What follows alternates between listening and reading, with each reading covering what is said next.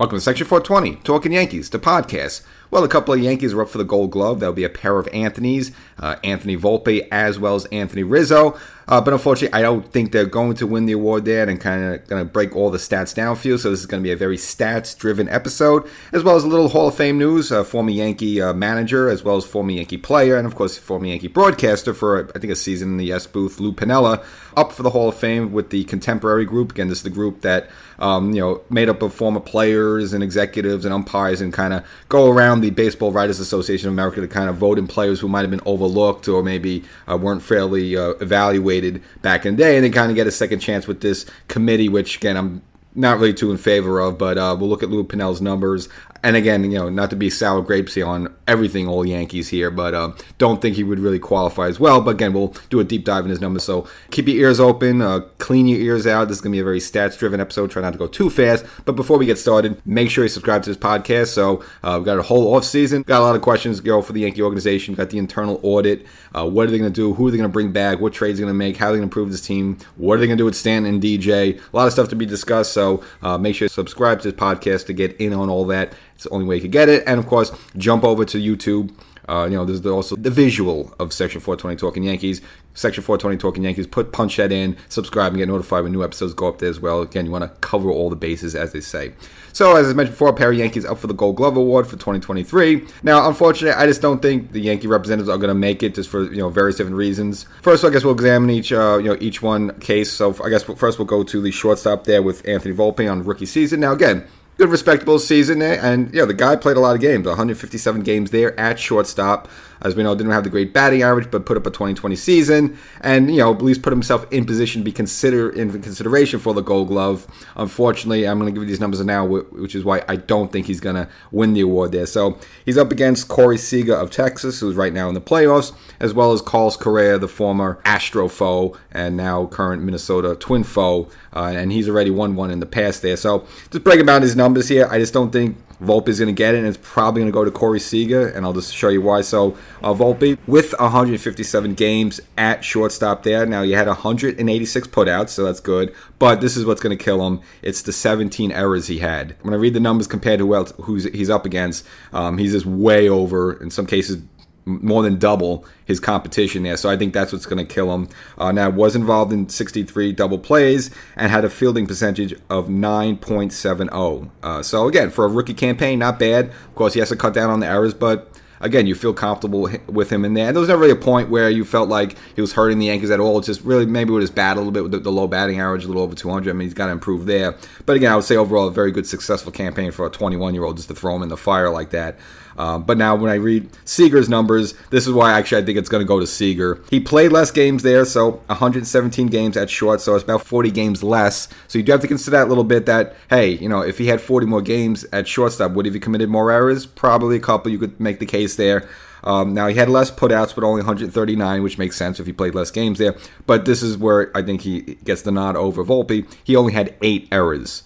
8 errors. More double plays with 69 and a higher fielding percentage with .981 versus Volpe's .970. So it's 11 points better fielding percentage.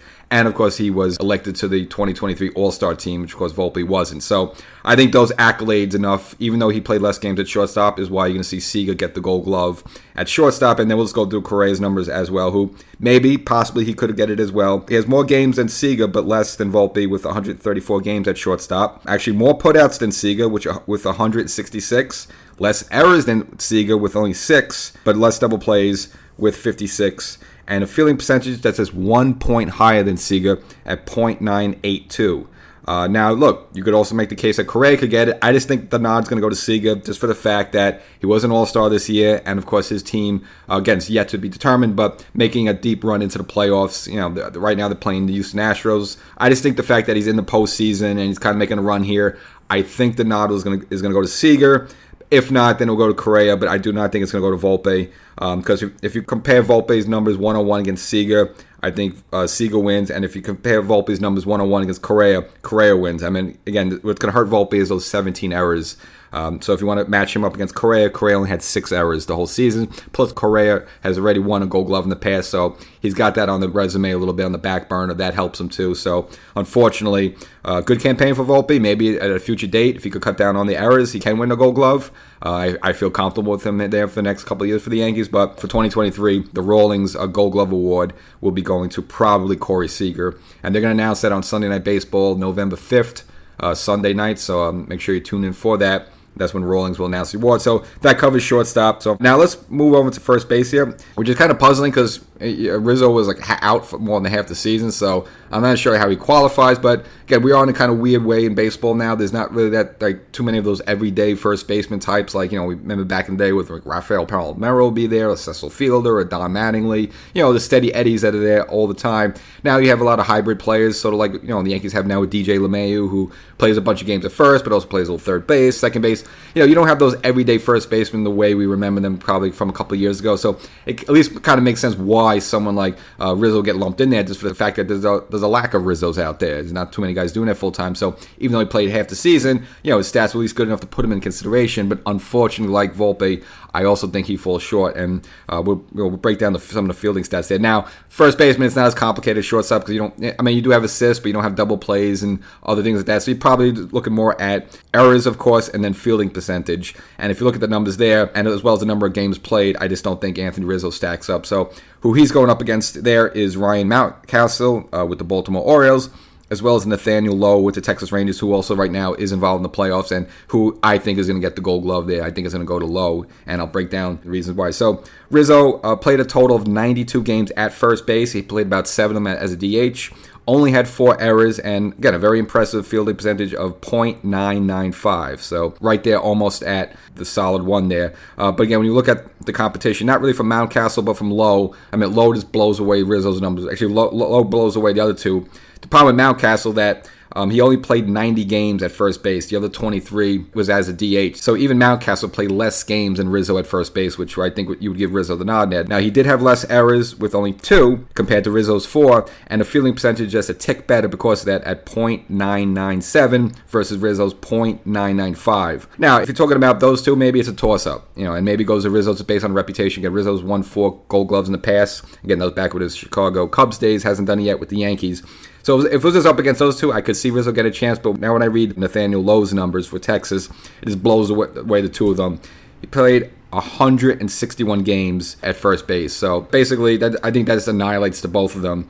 161 versus the other two only played 90 and 92 respectively, and only had 3 errors, which is very impressive, and a higher fielding percentage than the two of them at .998. So that's even better than Mountcastle and definitely better than Rizzo. So for those reasons, if you just break down the numbers, and this is the fact that Lowe played in a tie season with Texas. Obviously Rizzo cut short with the concussion thing, and Mountcastle was kind of hybrid going from first base and a little DH work there. And the fact that, yes, like Seager, playing with the Texas Rangers, who's making a playoff run. Now, Lowe wasn't an all-star this year, but he's still on a team that's in the postseason. I think that gives you the nod there. So if you want to stack up the two of them there, it looks like Texas is going to have a pair of Gold Glove winners there at shortstop with Seager and first base there with Nathaniel Lowe. And unfortunately, it's good to see the Yankees have some representation in there, but you stack up the numbers, they just don't make it. So we'll see if World Series go to Texas. That's yet to remain determined. But unfortunately for the Yankees and Yankee fans who had any hopes, it's not going to happen unless you had some real bizarre thing. And you remember what happened with the Yankees, I guess it was 1999 with Rafael Palmeiro. He only played 28 games at first base,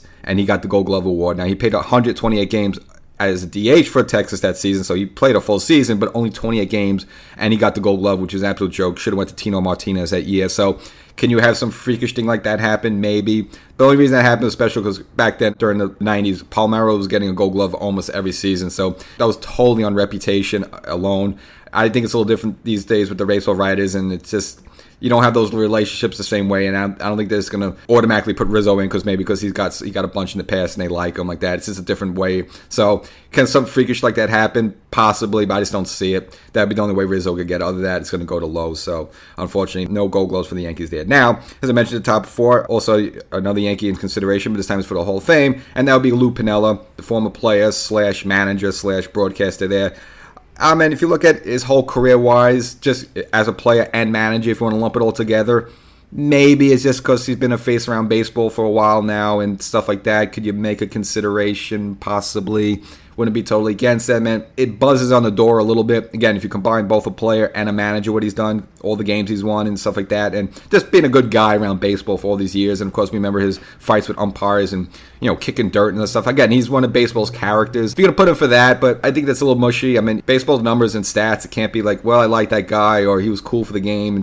It's got to be stats. So I don't think he deserves it. Not saying he doesn't deserve it. I just don't think he has enough accolades or trophies on the wall to merit Hall of Fame, which means greatness. I mean, a very good player, very good manager, a great manager, but Hall of Fame quality. I mean, you got to do something big. Like Torre got in, yes, but you got Torre, you got 4 championships with the Yankees as well as 6 World Series visits. I mean, that's a big thing as a man. That's greatness. That's a big thing. Piniella doesn't really stack up at that, and I'm going to give you both his stats, both as a player, as a manager there. So if you want to look as a player there, okay, was a Rookie of the Year, great. Only was an All-Star once. As a player, 2 times with the World Series, and of course that's with the Yankees back in 77 and 78. 3-time Manager of the Year, only had 1 World Championship, and that was with the 1990 Cincinnati Reds with Paul O'Neill, of course.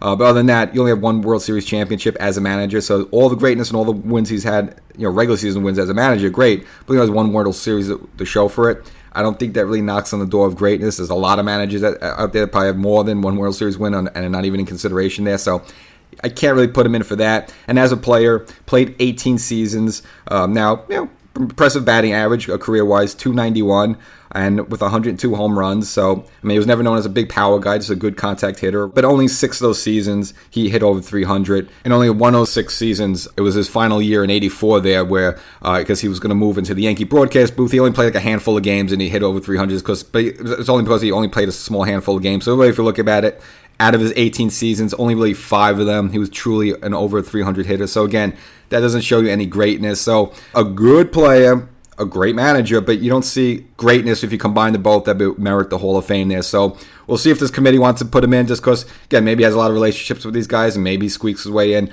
I just don't see him as a Hall of Famer, whether a player or a manager alone. If you want to combine the two, perhaps, but only 1 World Series championship. I mean, you're going to reward that. I know he's won a lot of games. He's been around a lot, but you can't just reward as 1 World Championship as a manager. And his stats as a player, as a very good player, fine. But if you're going to put him in as a player, then you got to put like Bernie Williams in. You got to put Don. I mean, you got to put so many other players in if you're just going to go on his professional stats and his managerial stats. Even if you combine it together, I just don't think it's enough there. So unfortunately for Lou Piniella, we'll see what happens. If he gets in, great. I'm not going to go crazy about this, but I like to keep the Hall of Fame the best of the best, where it's no doubt about it. If he had some like crazy number like 400 plus home runs, or he had like 13 all-star appearances, like something strong like that, where, okay, I could see that, when you've got an Andre Dawson type or a Fred McGriff type who's kind of right on the cusp there, then I can understand it. But his stats as a player don't do it. And as a manager, he may have a lot of regular season wins, great, but you only have 1 World Series there. I can't put him in. So unfortunately, I don't think he qualifies. I don't think he's going to get it, but we'll see what happens there. So that's the episode. Again, a lot of sour grapes for me. If you were hoping for some Yankee gold gloves and maybe get a Yankee there into the Hall of Fame, I don't know. I think he would put the Seattle hat on just because I know he was at the Yankees and like that, but he spent a lot of years as a manager with Seattle. And even though he won the championship with the Cincinnati Reds, he was kind of most known with the Seattle Mariners there for those years. So if he does go in, he would probably have a Seattle Mariners hat on as a manager there, but I don't think he's getting in. So to be much ado about nothing. So we'll catch you next time.